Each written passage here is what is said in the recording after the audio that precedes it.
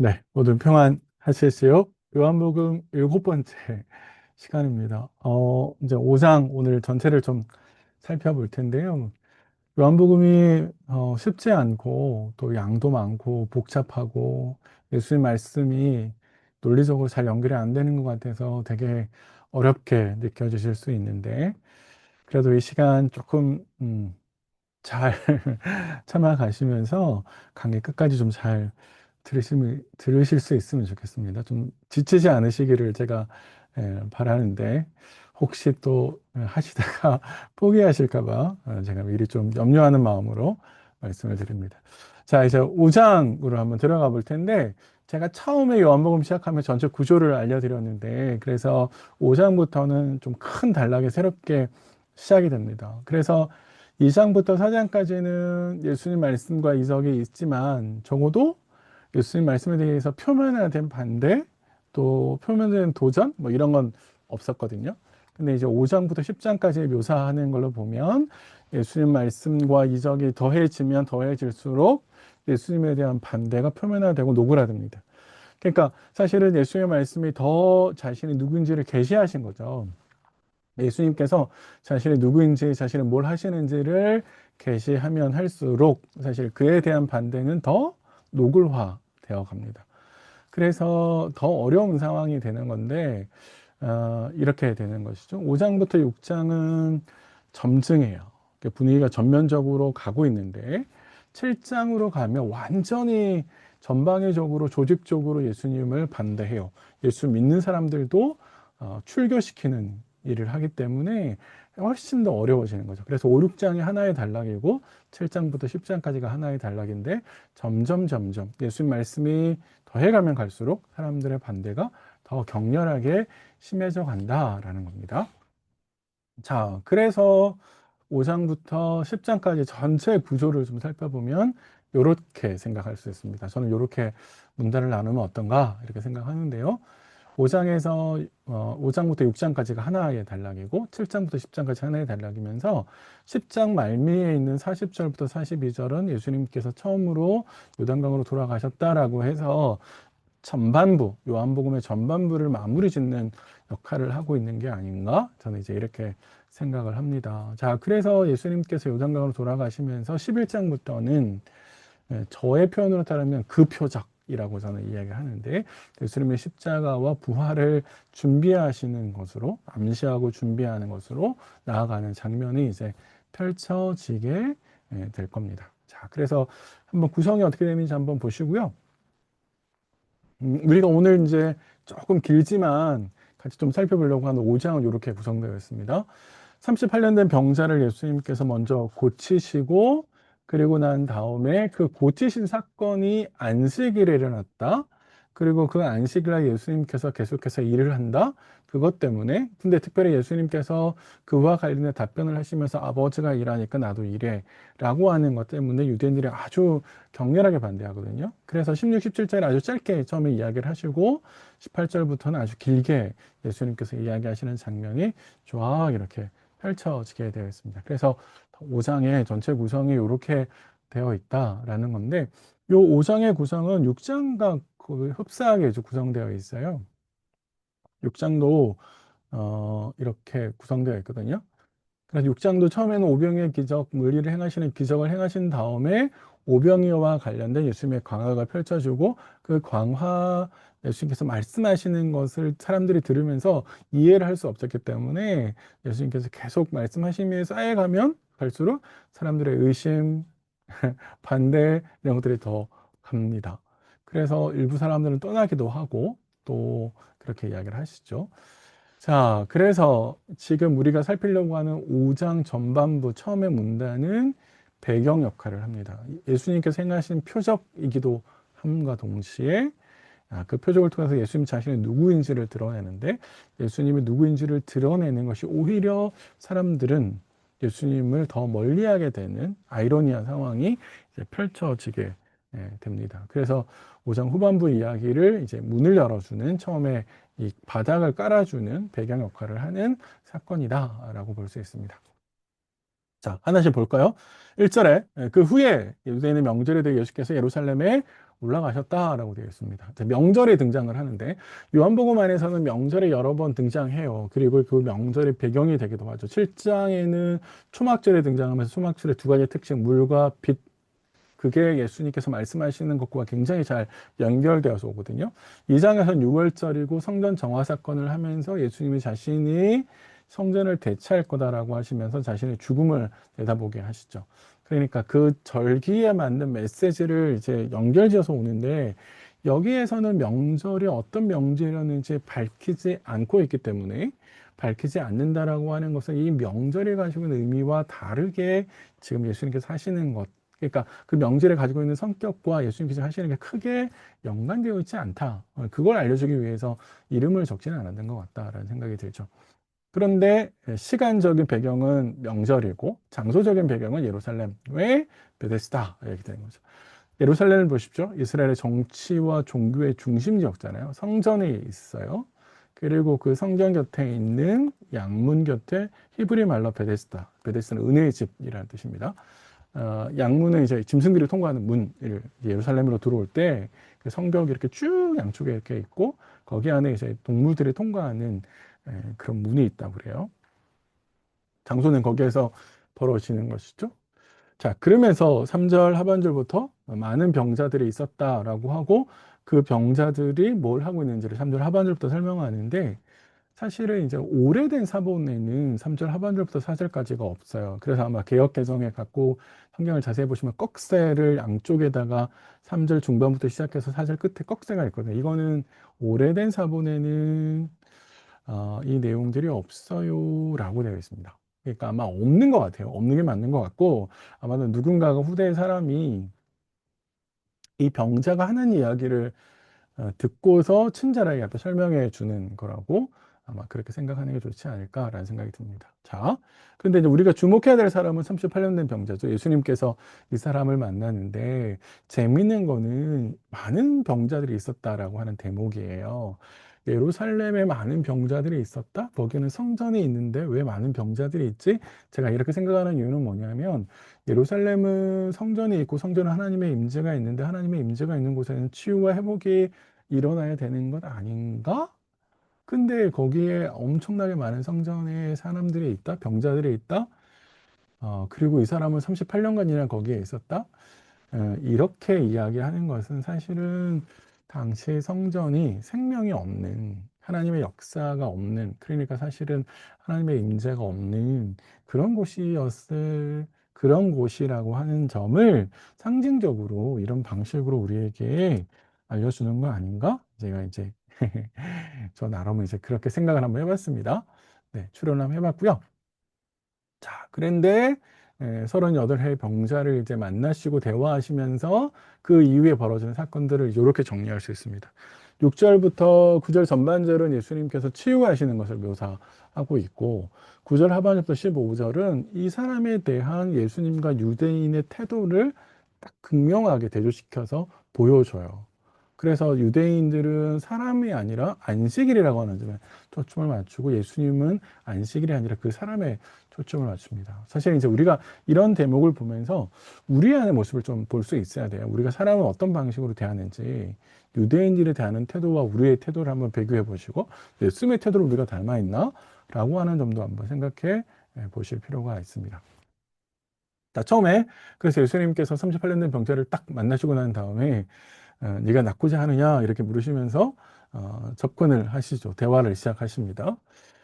궁금한 건 아까 말씀드린 것처럼 3절에 병자가 많잖아요. 많은 병자, 맹인, 다리 저는 사람, 뭐 이렇게 혈기 많은 사람 이렇게 사람들이 되게 많아요. 근데 왜 굳이 유독 예수님은 이 38년 된 병자를 만났을까? 왜 이 사람을 선택하셨을까? 이 사람을 픽한 이유는 뭘까? 이제 이렇게 생각해 볼 수 있습니다. 뭐 여러 가지 이유를 댈 수 있을 것 같아요. 딱 이 사람을 묘사하는 말, 38년 병자, 엄청난 긴 시간 동안에 오래 있었잖아요. 그렇죠? 38년 병자. 야, 한 사람이 오랫동안 그의 평생을 거의 가깝게 아파서 있었던 것처럼 보이거든요. 너무 오래됐으니까. 아마 거기 있는 사람들 중에 가장 오래된 사람이니까 이제 그렇게 이 사람을 예수님께 선택하셨다. 이렇게 볼 수 있죠. 또 하나의 이유는 이럴 수도 있을 것 같아요. 이 사람이 죄를 지어서 이 병을 얻었다라고 예수님께서 나중에 말씀하시거든요. 그러니까 그걸 일깨워 주기 위해서 예수님께서 여러 사람들 중에 유독 이 사람을 선택하셨다. 뭐 그렇게 볼 수도 있을 것 같고. 근데 저는 주목하는 게 아마 이래서 그런 거 아닐까라는 생각이 드는 이유 중에 하나는 처음에 이 사람이 예수님 앞에 네가 낫고자 하느냐라고 질문하시는 거는 자신을 주목하라는 거거든요. 근데 이 사람이 예수님께 아주 퉁명스럽게 대답하면서 예수님이 누군지 몰라요. 근데 고치고 나서도 예수님이 누군지 몰라요. 나중에서야 예수님께서 다시 만나 주셨을 때 그가 예수라고 하시는 걸 알아요. 그런데 거기에서 멈추지 않고 이 사람이 어떻게 하냐면 종교 당국자들에 가서 꼰질러요. 예수가 나를 고쳐주셨어요. 라고 하면 자기 책임을 회피하거든요.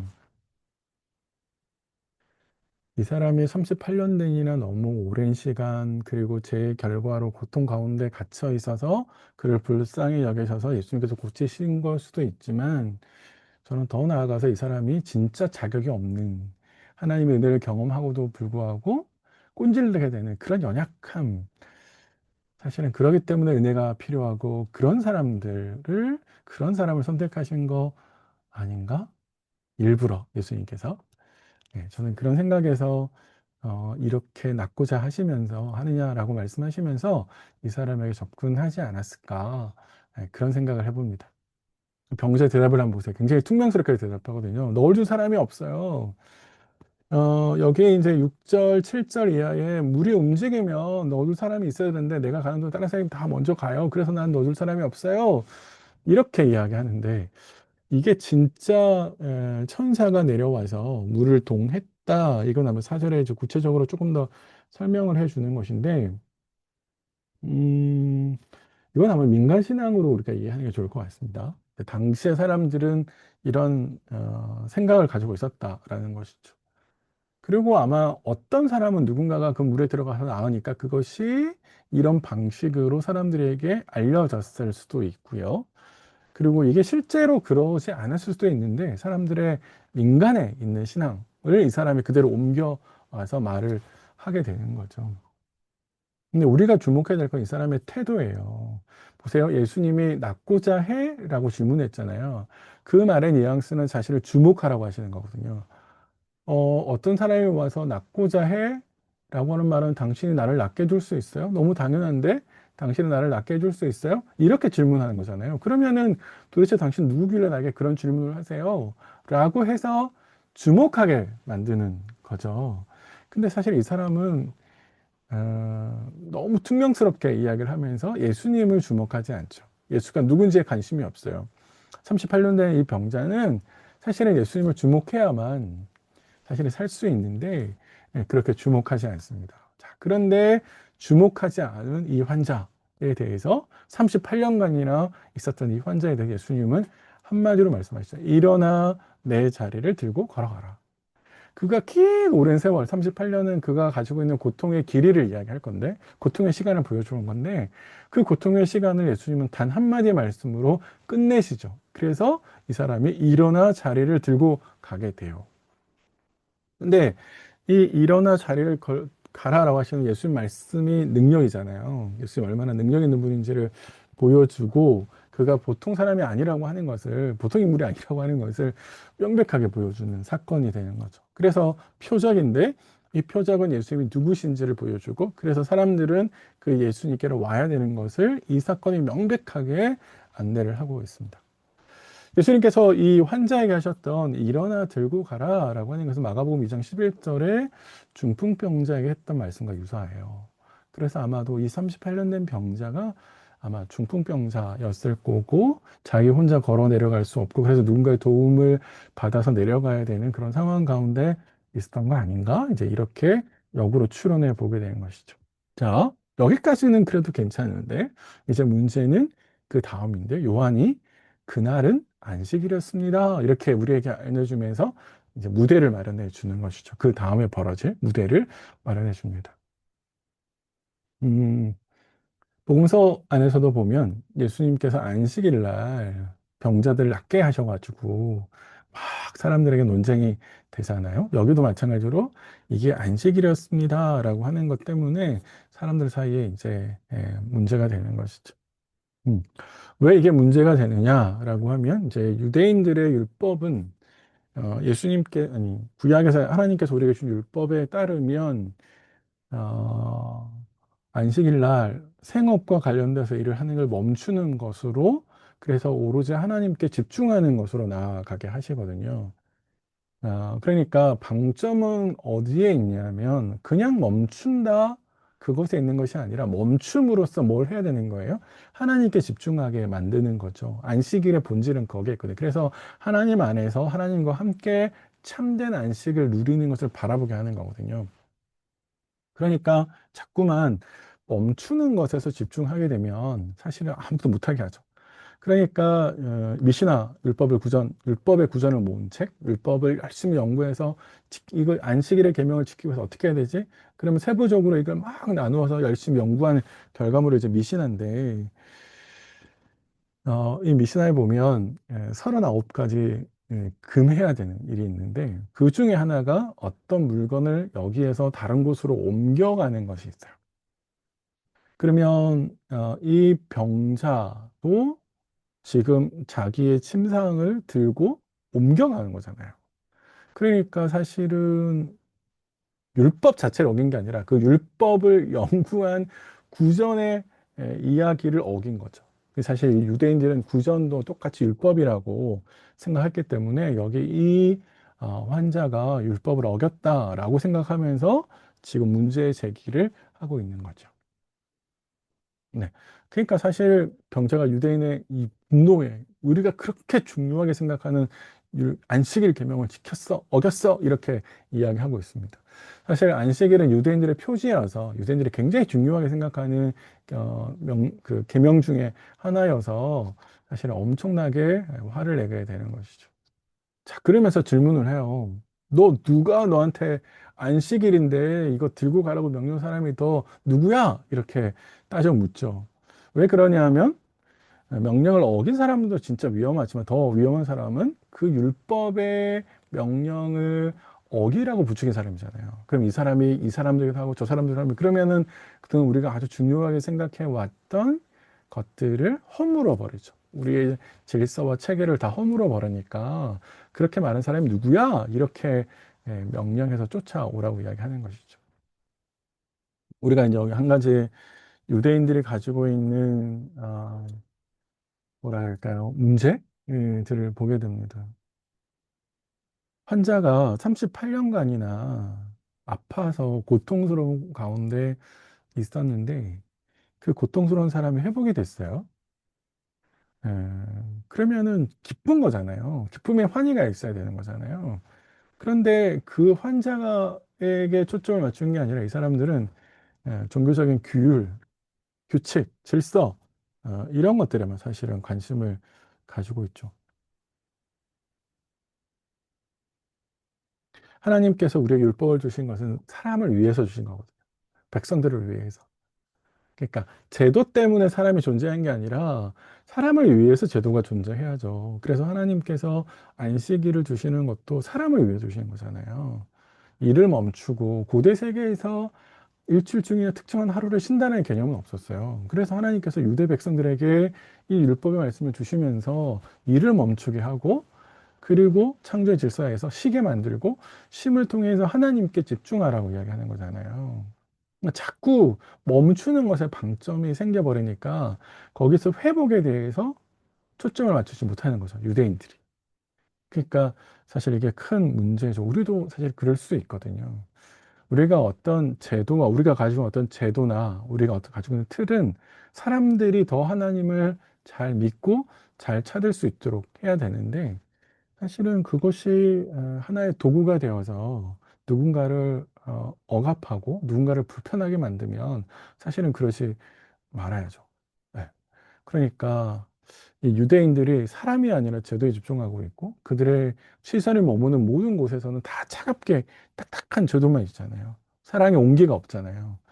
네, 그래서 회복과 항의가 없죠. 그 사람이 회복된 것에 대해서 기쁨을 누리지 못하죠. 하나님께서 역사하신 것에 대해서 같이 기뻐해 주시는 마음이 없죠. 그래서 차갑게 따뜻한 시선이 없는 차가운 제도만, 틀만 있는 것은 사실은 굉장히 위험하다. 우리도 그럴 수 있다라고 하는 것에 대해서 같이 한번 생각해 보시면 좋을 것 같아요.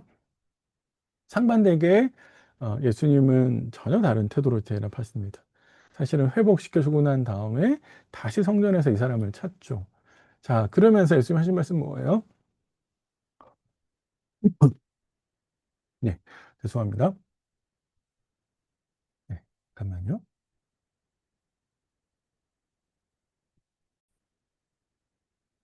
네, 다시 생각해 보시면, 그래서 예수님께서 더 심한 것이 생기지 않게 죄를 범하면 안 돼. 라고 해서 이 사람에게 집중하잖아요. 이게 안식일이기 때문에 뭐 이런 거 아니잖아요. 그래서 예수님은 그 사람에게 관심을 가지고 있죠. 그래서 예수님의 따뜻한 시선, 따뜻한 마음, 따뜻한 태도, 이런 것들이 사실 우리가 가져야 될 태도가 아닌가라는 생각을 합니다. 자, 근데, 여기 이제 중요한 신학적인 문제가 하나가 있어요. 죄와 병의 관계를 예수님께서 규정하고 계시죠. 예수님께서 말씀하시는 이 14절의 말씀은 그 사람이 가지고 있는 병이 어떤 그 사람이 지은 특정한 죄의 결과다라고 이야기하시는 거죠. 어, 그런데 이 38년 된 병자가 가지고 있는 병이 죄의 결과예요. 라고 이야기를 한다고 해서. 그래서 그거는 반복되면 안 돼. 더 심한 병이 생길 수 있어. 하나님의 심판을 더 크게 받을 수 있어. 이렇게 해서 이야기한 건데. 그렇다고 해서 이걸 다 일반화시키는 것은 곤란하다라는 겁니다. 어떤 사람이 병이 생긴다고 그래서 그게 다 그 사람이 뭔가를 잘못하기 때문이야.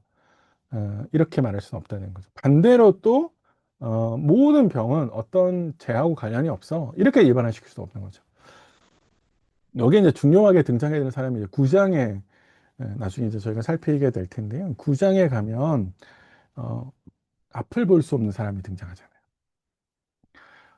그 앞을 볼 수 없는 사람에 대해서 제자들과 이야기를 할 때 예수님께서 그렇게 얘기했어요. 그 사람의 죄는 그 사람의 이 앞을 보지 못하는 것은 그나 그의 부모의 죄가 아니야. 하나님께서 뭔가 그러하여금 영광을 드러내시기 위해서 그러신 거야. 라고 이야기하시면서 병과 죄의 관계를 부정하시죠. 그러니까 모든 경우에 다 병 때문이야. 병은 죄 때문이야. 이제 이렇게 일반화시키면 안 된다. 그렇다고 해서 전혀 관계가 없다. 이렇게 또 이야기할 수 없다는 거죠. 그래서 이 사람의 죄에 대해서 이야기하신 거고요.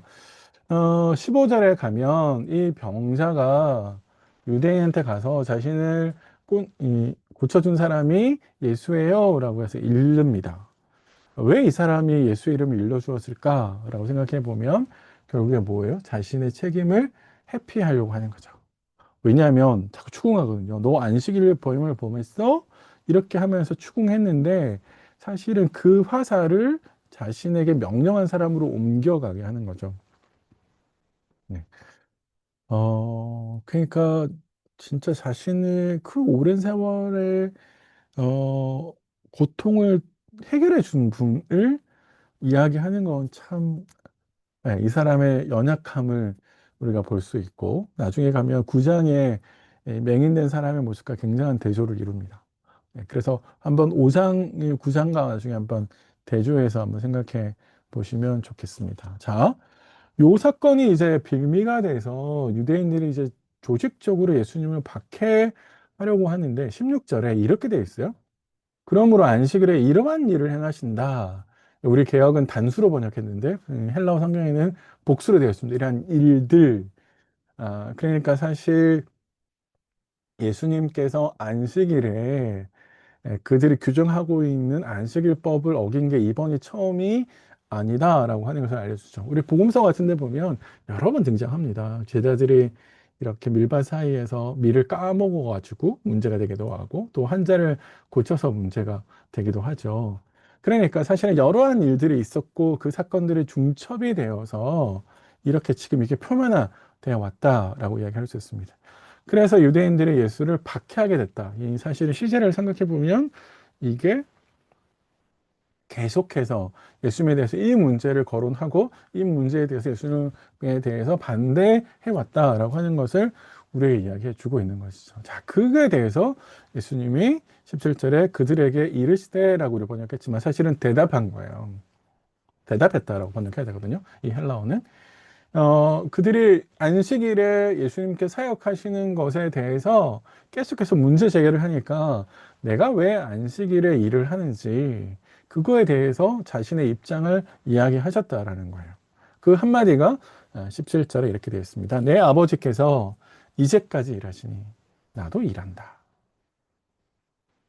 음, 아버지가 일하시니까 나도 일한다라는 말은 하나님이 일하시니까 당신도 일하신다는 거잖아요. 하나님은 일을 멈추신 적이 있나? 이 랍비들이 굉장히 고민했던 적이 있습니다. 자기가 안식일날 쉬잖아요. 그러면 하나님은 안식일날 쉬시나 안 쉬시나? 이런 고민 끝에 하나님은 안식일도 일을 한다라고 생각하시면서 하나님은 창조 이래로 계속해서 쉬지 않고 일을 하고 계신다라는 결론에 다다르게 되죠. 예수님 똑같이 이야기하시거든요. 하나님은 쉬는 적이 없어. 하나님이 계속 일하시는 거지. 라고 이야기하시면서 내가 일을 하는 거는 하나님이 일을 하시니까 내가 일을 해.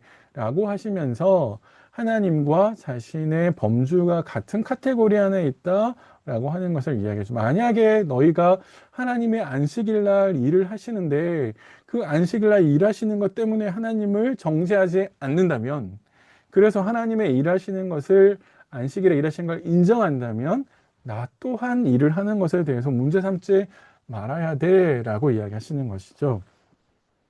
네, 지금 예수님 말씀은 그런 거거든요.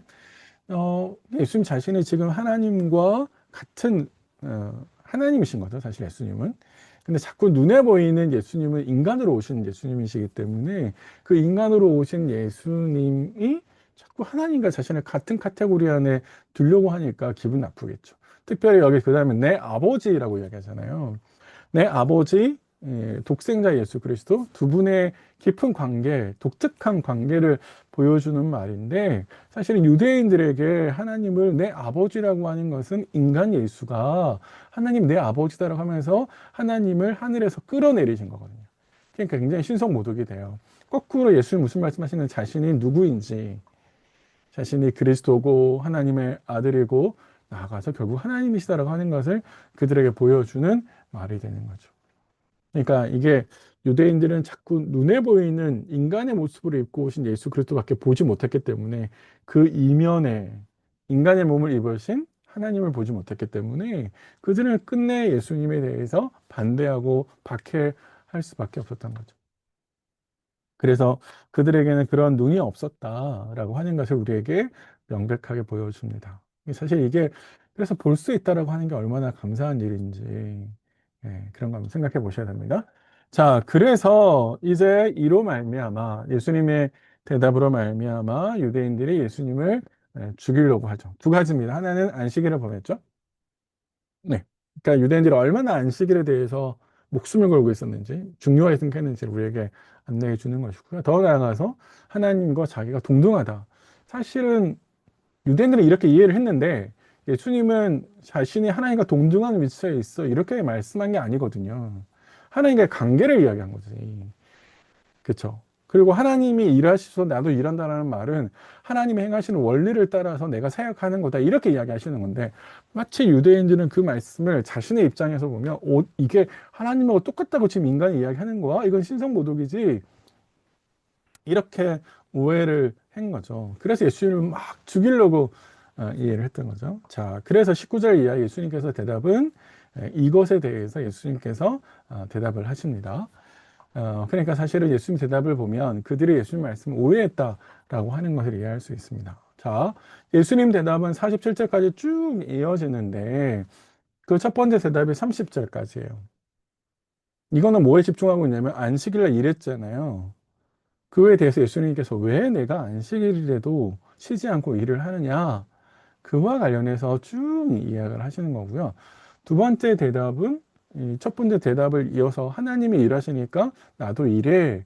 그러면은 내가 일하는 것의 정당성을 누가 보장해 줘야 돼요? 하나님이 보장해 주셔야죠. 그래서 예수님께서 내가 하나님이 보내신 사람이야. 내가 하나님을 따라가는 사람이야. 하나님이 그걸 증언하시지. 라고 해서 증언의 문제를 31절부터 47절까지 이야기했습니다. 그래서 대답이 크게 두 가지가 있는데 이 두 가지 대화에 대해서 이제 각자 하나씩 좀 살펴보겠습니다.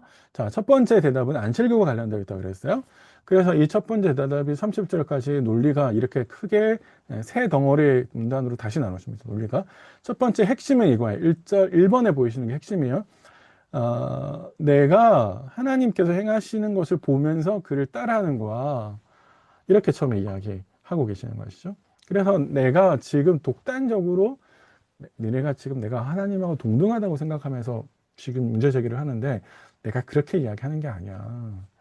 아버지께서 일하시는 걸 보면서 내가 해. 나는 아무것도 수술할 수 없어. 라고 하는 이야기를 하면서 그래서 내가 하는 게 뭐냐. 그거는 사람을 살리는 건데 그건 하나님께서 행하시는 것을 따라하는 걸 이해해야 이렇게 21절부터 29절 중간에 이야기를 해요. 그래서 처음과 끝에 보시면 똑같은 이야기를 내가 하나님과 동등돼서 내가 하나님의 입장에서 이야기하는 게 아니라 하나님이 나를 보내셔서 내가 하나님을 따라서 일하는 거야.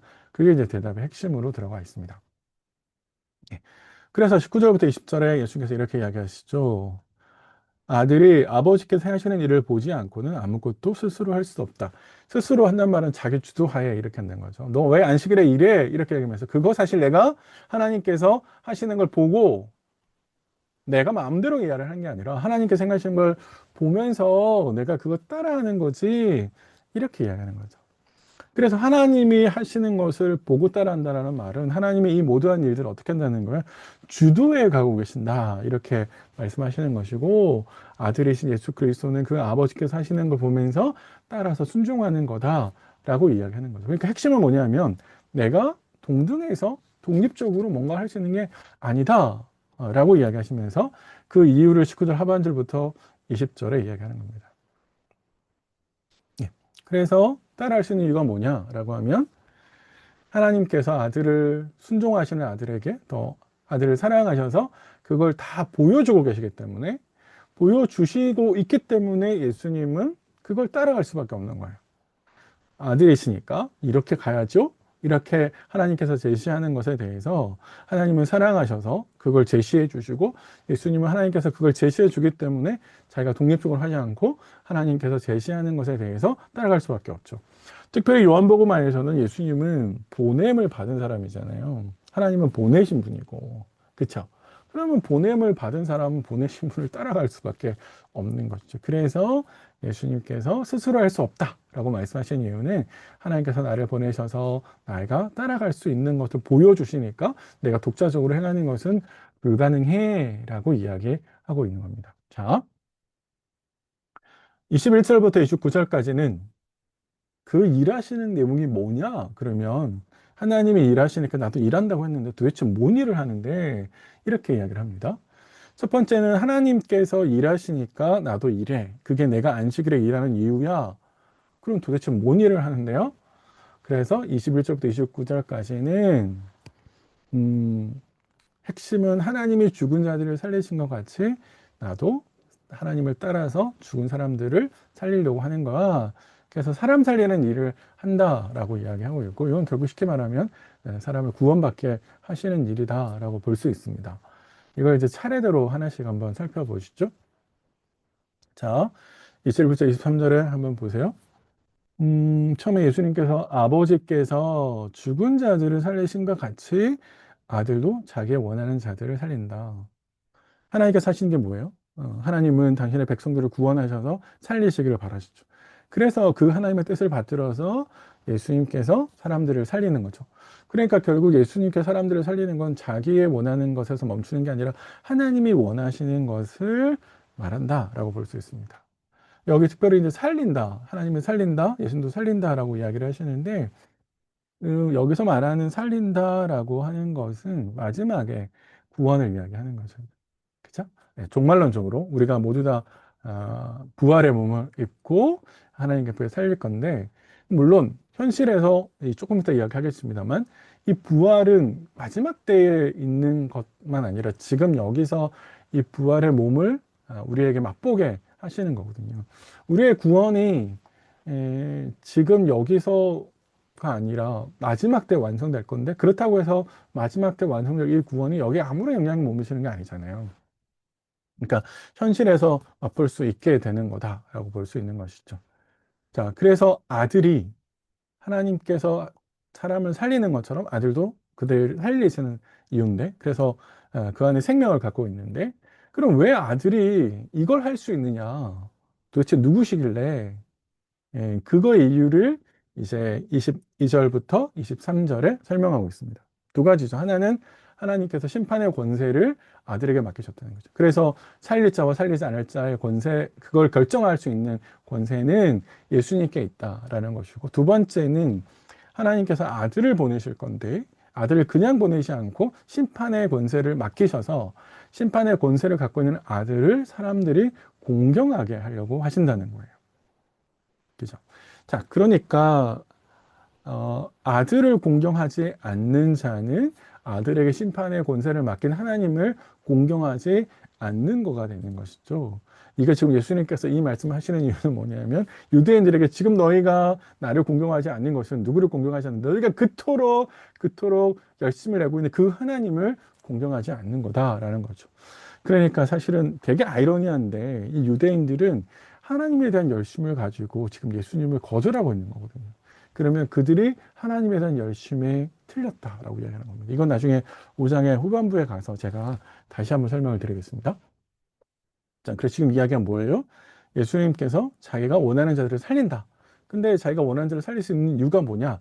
하나님께서 심판의 권세를 맡기셨고, 그 심판의 권세를 맡기신 이유는 사람들로 하여금 아들을, 심판의 권세를 갖고 계시는 이 아들을 공경하게 하기 위함이다 라고 이야기하시는 것이죠.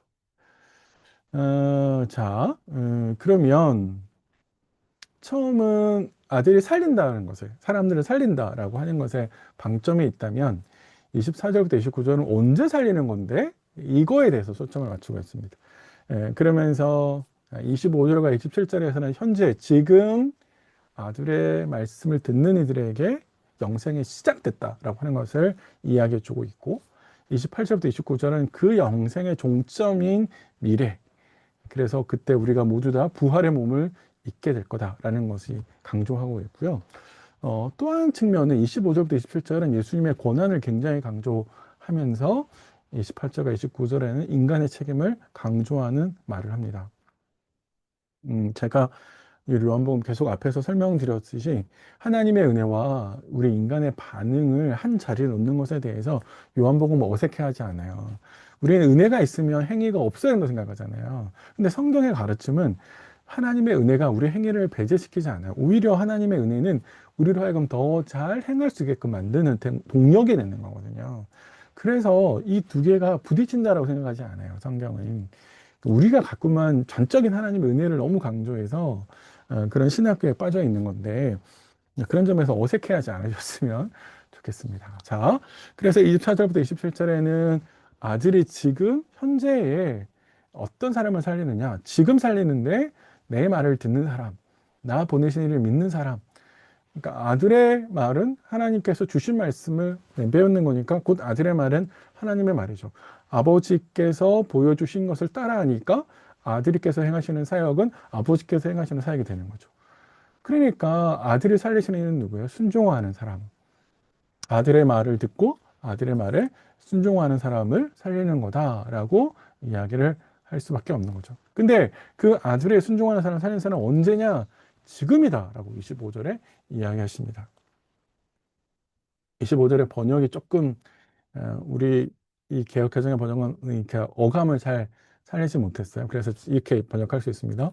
내가 진실로 진실로 너에게 이른다. 때가 온다. 근데 그 때가 바로 지금이다. 이거 사마리아 여인에게 했던 말하고 유사하죠. 그때가 오는데 바로 지금이야. 이렇게 이야기하시는 거죠. 죽은 자들이 하나님의 아들의 음성을 듣는 때, 듣는 자는 살아날 것이다. 지금 살아난다는 거죠. 그래서 마지막 때에 있을 부활의 생명의 그 생명의 모습은 지금 여기서 나타나고 있는 거다라고 예수님께서 이야기하고 계십니다. 네. 그러니까 사실 지금 여기서 부활의 생명을 누리고 있지 못하면 마지막에 이제 사실은 누리지 못하게 되는 거다라고 있는 거죠. 그래서 끝에 말씀은 왜 아들이 이걸 할 수 있느냐? 하나님께서 그 안에 생명을 주셨기 때문이다. 이렇게 이야기하죠. 1장 4절에 요한복음 전체를 시작하면서 요한이 우리에게 예수님을 소개할 때 이렇게 되어 있습니다. 그 안에 생명이 있었으니 이 생명은 사람들의 빛이라 이렇게 이야기하시면서 예수님 안에 생명이 있고 그 예수님 안에 생명을 두신 이유는 뭐냐면 그분이 인자되기 때문이다. 이렇게 이야기합니다. 인자라는 말은 이제 다니엘서에 나오는 말인데 예수님께서 자신을 적절하게 호칭하실 때 자신을 부르시는 말로 인자라는 말을 쓰셨죠. 인자됨으로 인해서라는 말은 아마 이런 말인 것 같아요. 예수님께 이 땅에 오셔서 죽기까지 순종하셨잖아요. 그 죽기까지 순종하신 것, 그래서 하나님께서 예수님을 주와 그리스도로 세웠죠. 이게 이제 1세기 당시의 찬송시였고 빌립보서 2장에 등장하는 말이잖아요. 여기에 인자됨으로 인한 권세는 바로 그가 예수님 죽기까지 순종하신 것으로 말미암아 하나님께서 그 권세를 예수님께 주셨다. 이렇게 이야기하시는 것 같습니다. 자, 정리하면 24절부터 21절은 누구를 순종하는 자를. 그러면 언제? 지금. 곧 여기서 예수님 말씀을 드리는 그 순간부터 순종이 그 안에서 생명을 만드는다. 라고 이야기하시는 것이죠. 자, 그런데 28절부터 29절은 아까 말씀드린 것처럼 미래적인 측면이 있습니다. 25절에 현재를 강조하는 거라면, 그리고 예수님의 권세를 강조하는 거라면, 28절은 그것이 완성되는 미래를 강조하는 것이고요. 그리고 듣는 사람들이 그럼 어떻게 되느냐를 강조합니다. 그래서 28절의 표현이 무덤 속에 자는 자가 다 그의 음성을 듣는다. 이거는 마지막 부활 때를 강조하잖아요. 예수님께서 부활하셔서 이 땅에 재림하실 때 오시면 재림할 때 죽은 자들이 먼저 살아나서 공중으로 들림받는다. 이게 바울이 데살로니가 교회에게 알려준 거잖아요. 그래서 여기 나와 있는 무덤 속에 잠자는 자 일어날 때는 마지막 때, 종말의 때를 이해하고 있는 것이죠.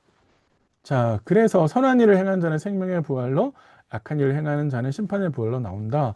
그때 어떤 사람들이 마지막에 최종적으로 마지막 영생의 자리에 가게 되느냐? 지금 여기서 선한 일을 행하는 자. 네, 그렇게 이야기하시죠. 그러니까 지금 여기서 내가 주님의 말씀에 순종하느냐, 그러지 않느냐가 내 후들, 내 미래를 결정하는 것처럼 예수님께서 이야기하시잖아요. 그래서 영생은 단순하게 그날에 받는 보상이다 이런 차원이 아니라 만약에 영생을 바라보고 있으면 지금 여기서 내 삶의 방식이 불순종이 아니라 순종의 방식으로 갈 수밖에 없다는 것을 우리에게 안내해 주고 계시는 거거든요. 그러니까 저는 영생은 이렇게 오늘을 사는 방식이어야 된다고 생각해요. 그렇죠? 영생은 우리가 영생을 바라보면서 자꾸만 이 땅의 것에 집착하지 않겠죠. 심플하게 살겠죠. 네. 그러니까 우리가 이런 말씀을 들을 때 가볍게 넘기지 마시고 내가 영생을 바라보면서 오늘을 살고 있나? 내가 지금 여기서 단면으로 딱 끊어서 오늘 하루를 보면서 내 오늘 하루의 삶을 평가하면서 이렇게 살면 주님께서 말씀하신 선한 일을 행하는 자가 생명이 불러 나오는데 이 카테고리 안에 내 지금 삶이 담겨져 있나? 하나님께서 우리를 구원하시는 은혜는 그 삶을 살아내라고 은혜를 주시는 건데, 그래 성령을 우리에게 주시는 건데, 내가 그렇게 살고 있나? 그 은혜를 주시는 의도를 잘 이해해서 살고 있나? 사실 이런 점에서 좀 생각해 보셔야 된다는 겁니다. 그래서 오늘 내 삶은 그냥 하루의 삶이 아니라 미래를 향해 있는 삶이고 그 미래의 영생을 응답해야 되는 삶이다. 미래의 영생에 대해서 응답해야 되는 삶이다.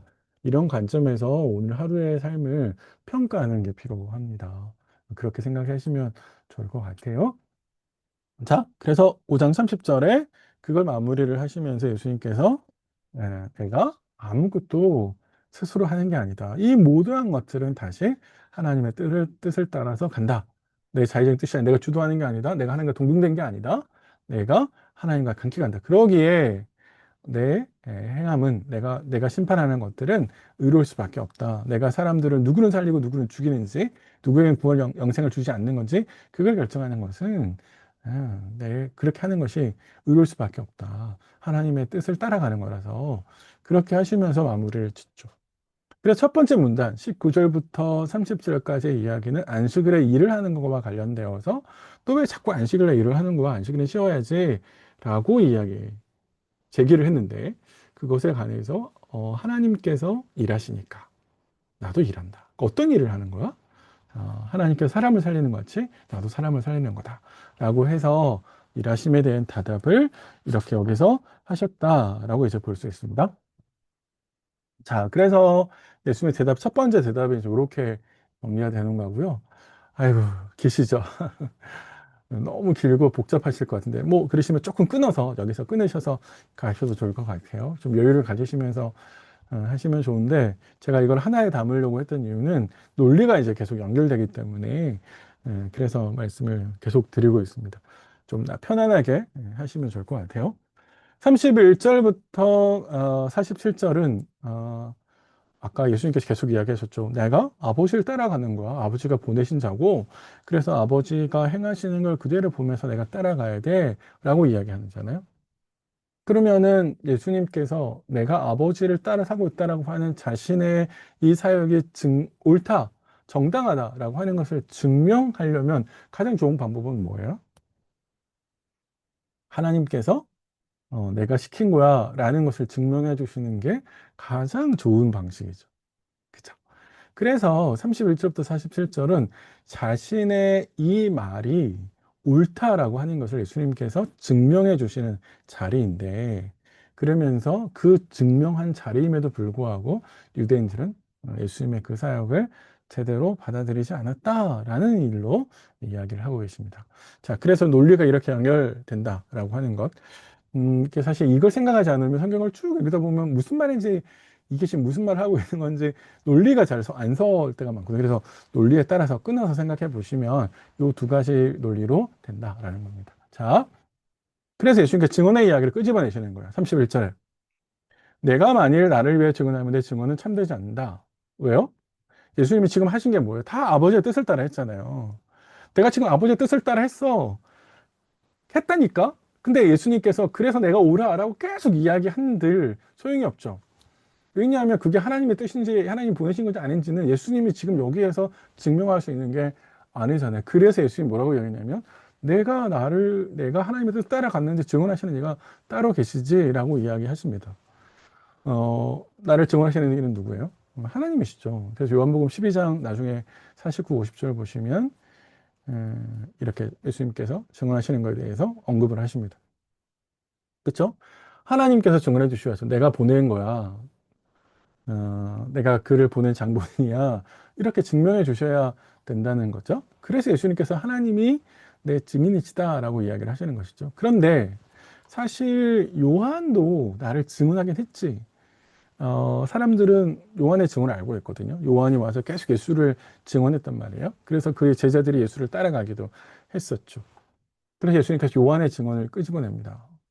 근데 요한의 증언이 필요해서 끄집어내는 게 아니라 사실 요한의 증언이 어떤 가치가 있었는지를 확인시켜 주기 위해서 말씀하시는 거죠. 만약 여기서 하나님의 증언만 필요해라고 이야기하면 요한의 사역과 요한이 했던 모든 것들이 다 그냥 아무 무의미하게 되잖아요. 특별히 요한이 예수님을 증언한 건데, 그래서 예수님께서 그것이 가지고 있는 의미와 가치를 이야기해 주시죠. 자, 그래서 요한이 진리에 대해 증언했다. 근데 그게 사실은 내가 지금 여기서 너희한테 내가 옳다라고 하는 것을 정정하는 데는 그렇게 도움이 되지는 않지만, 굳이 내가 말하는 이유는 뭐냐면 요한이 너희를 위해서 진리를 증언했기 때문이야 라고 이야기하고 있죠. 특별히 너희가 생각해 보면 그 요한의 증언에 대해서 많은 사람들이 기뻐했다라고 이야기하는 거죠. 그러니까 너희는 지금 여기서 나를 거절하고 있는데 사실 요한의 증언에 대해서 기뻐하는 사람이 있었지라고 하는 것은 그가 증언한 내가 틀리지 않았다라고 이야기하는 것이고, 요한의 증언이 가치가 있고 의미가 있는 사역이었다라고 하는 것을 인정해 주시는 거죠. 그런데 실제로 더 중요한 건 뭐냐면 요한의 증언으로 끝나는 것이 아니라 요한은 예수를 보낸 사람이 아니잖아요. 요한은 보냄을 받은 사람으로서 보냄을 하나님께로부터 보냄을 받은 또 다른 분 예수를 증언하는 사람이었지 실제로 예수님을 보낸 사람이 아니었잖아요. 그러니까 실제로 누가 등장해야 되냐면 예수님을 보낸 분 누구예요? 하나님이 등장하셔야 되는 거죠. 그래서 예수님께서 36절과 37절에 아버지 하나님께서 나를 증언하셨다라고 이해합니다. 어떻게 하나님께 증언하셨냐면 이적과 말씀으로 하셨다고 이야기하죠. 이 땅에 오셔서 예수님께서 여러 가지 이적을 행하셨는데 그 여러 가지 이적은 곧 하나님께서 나를 보내셨고 그 보내셨다라고 하는 명백한 증거다라고 예수님께서 이야기하고 계시죠. 또 한 번 하나님은 구체적으로 말씀하셨지라고 이야기합니다. 친히 나를 위하여 증언하셨다. 37절에 이제 그렇게 되어 있습니다. 음, 뭐 논리야 어렵지 않게 이해를 하는데 예수님께서 말씀하신 이 하나님의 친히 증언하셨다는 대목이 구체적으로 뭔지를 잘 모르겠어요. 예, 사실 예수님께서 구체적으로 말씀하지 않으셨기 때문에 예수님이 뭐 수세 때 세례를 받으시면서 하늘이 열리면서 이는 내 사랑하는 아들이요라고 하는 게 이제 복음서 다른 복음서에 있는데 여기 지금 요한복음에는 없잖아요. 그래서 그걸 말씀하시는 것 같지는 않아요. 뭔가 청중들은 알 수 있는 뭔가의 말씀이 있으셨을 텐데 예수님께서 여기서 그걸 구체적으로 말씀하시지 않으셨습니다. 중요한 건 그거예요. 나를 누가 보냈어요? 하나님이 보내셨죠. 그러니까 누구의 증언이 필요해요? 하나님의 증언이 필요해요. 그래서 예수님께서 하나님의 증언을 여기서 언급하시는 거죠. 자, 그래서 처음에 하나님께서 일하시니까 나도 일한다라고 했는데 이 말을 성립하려면 하나님이 예수님을 증언해 주셔야 되고 그래서 예수님은 하나님께서 내가 하나님 역사와 말씀을 통해서 나를 증언해 주셨어. 이렇게 쭉 설명해 오셨어요. 이제 예수님께서 말씀하시는 거는 그걸 가지고 자신을 공격하고 있는 유대인들을 향해서 그들이 왜 공격할 수밖에 없는 그 이유를 역으로 사실은 반박하시면서 그들의 태도와 모습을 지적하십니다. 그게 이제 38절부터 47절에 있는 이야기입니다. 이게 이제 이 5장의 마지막 하이라이트로 이제 등장하게 됐는데요. 하나님의 말씀이 사실 예수님을 증언하는 것에도 불구하고 이 사람들은 그걸 믿지 않았다라고 이제 시작합니다. 한번 보실까요? 37절 후반절부터 너희는 아무 때에 그 음성을 듣지 못하였고 형상을 보지 못하였으며 말씀이 너희 속에 거하지 아니한다. 이렇게 그들의 모습을 삼중적으로 해요. 음성을 듣지 못한다. 너희가 그토록 추구하는 모세, 율법을 너에게 준 모세는 하나님의 음성을 듣고 그 음성에 순종했는데 근데 사실 내가 하나님의 음성을 대신 너에게 들려주고 있는데 너희는 그 음성을 듣고 있지 못하네. 사실 그러면 너희는 내가 그토록 좋아하는 모세의 제자라고 볼 수 없지. 이렇게 이야기하시는 거고요. 형상 보지 못하는 것도 마찬가지예요. 진정한 이스라엘이 아니야. 라고 이야기하고 계시고, 그 말씀이 너희 속에 거하고 있지도 않아. 여호수아는 하나님의 말씀을 마음에 품었죠. 그래서 그 말씀을 따라서 백성들에게 이야기했고, 너희가 말씀에 순종하면 축복을 받지만, 순종하지 않으면 벌을 받게와 이렇게 이야기했는데, 그 복을 너희가 지금 받지도 못하고 있다라고 고발을 하시죠. 이렇게 세 번을 언급해서 이야기하시는 것은 모두 다 예수님이 오셔서 사실은 구약에 말씀하고 있어서는 그 모두한 것들을 성취하시는 분으로서 말씀하고 계신데 사실은 그들이 예수님께서 그러하신 분이시다라고 하는 것을 깨닫지 못하고 있는 거죠. 자기 신학에 갇혀서 자기가 원하고 바라던 그 신학이 있는데 그 신학의 모습으로 예수님 오시지 않았기 때문에 그러면은 자신의 신학을 깨야 되는데 거꾸로 예수를 그 신학에 끼워 맞춰서 예수가 틀렸다라고 지금 이야기하고 있죠. 그래서 그런 틀 안에 갇혀 있기 때문에 예수를 믿지 않는 거다라고 이야기하십니다. 그래서 예수님을 믿지 않기 때문에 너희가 진짜 모든 하나님께서 말씀하시는 그 계시를 이해할 수 없게 된 거다라고 이야기하시면서 도대체 어디에서부터 문제가 생겼느냐라고 하는 것을 세 가지로 39절에서 이야기합니다. 39절부터 47절에 세 가지 측면을 이야기하거든요. 그 첫 번째는 너희가 성경을 똑바로 연구 안 했어. 이렇게 이야기합니다. 사실은 율법에 대한 열심은 유대인들이 엄청났거든요. 그걸 부정할 수 없어요. 유대인들은 엄청나게 율법을 연구했습니다. 그리고 구전전성을 엄청나게 연구했어요. 어떻게 이 말씀을 현실에 옮길 건가? 이 말씀을, 이 율법의 말씀을 잘 지키기 위해서 어떻게 해야 될 건가? 그래서 세분화된 계명들을 만들었어요. 그것이 이제 구전되어서 뒤로 오고, 아까 그게 묶여진 게 미시나였거든요. 문제는 뭐냐 하면 열심을 읽었는데 그 열심의 방향이 틀렸다는 거예요. 만약에 성경을 율법을 제대로 읽었으면 누구에게로 좀 점차 와야 되냐 하면 메시아이신 예수에게로 와야 되죠. 그러니까 결국 뭐예요?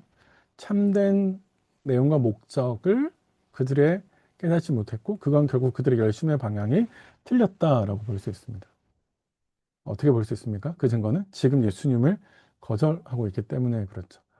만약에 그들이 예수를 성경을 똑바로 읽었다면, 성경이 나에 대해서 증언하고 있는데 너희가 나를 거절하지 못하겠지라고 말씀하시는 거죠.